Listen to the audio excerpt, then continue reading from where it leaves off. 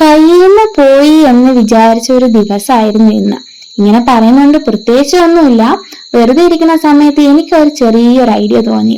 എന്റെ റൂമിൽ ഒരു ഫ്ലവർ സെറ്റ് ഉണ്ട്. അതെന്റെ വീടിന്റെ പാലുകാച്ചലിന്റെ സമയത്ത് എന്റെ ഫ്രണ്ട്സ് തന്നെയാ. ആ സെറ്റ് ആട്ടോ ഇപ്പൊ എന്റെ മുമ്പിൽ ഇരിക്കുന്നത്. ഏകദേശം ഒരു 8 കൊല്ലത്തെ പഴക്കം ഉണ്ടായിരിക്കും. അന്ന് നല്ലൊരു മഴയത്ത് അവന്മാര് സ്കൂട്ടിയിൽ വന്നിട്ട് ഈ കുറുക്കന്മാര് നനയില്ലേ, അതേപോലെ നനച്ചിട്ട് എന്റെ കയ്യിലേക്ക് വെച്ചിരുന്ന സാധനമാണ്.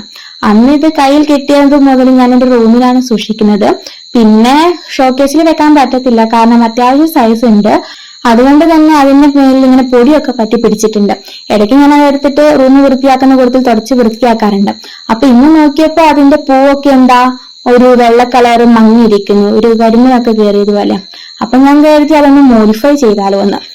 അങ്ങനെ നമ്മുടെ പഴയ പണിയായുധങ്ങളൊക്കെ തപ്പിപ്പിടിച്ച് പെയിന്റും ബ്രഷും ഒക്കെ തപ്പിപ്പിടിച്ച് കുറച്ചു കാലമായി പെയിന്റിംഗ് ഒക്കെ ചെയ്തിട്ട്, എന്നിട്ട് ഓറഞ്ചും മഞ്ഞയും വെള്ളയും കളറുകൾ എടുത്തിട്ട് എനിക്ക് തോന്നുന്ന പോലെ പെയിന്റ് ചെയ്തു.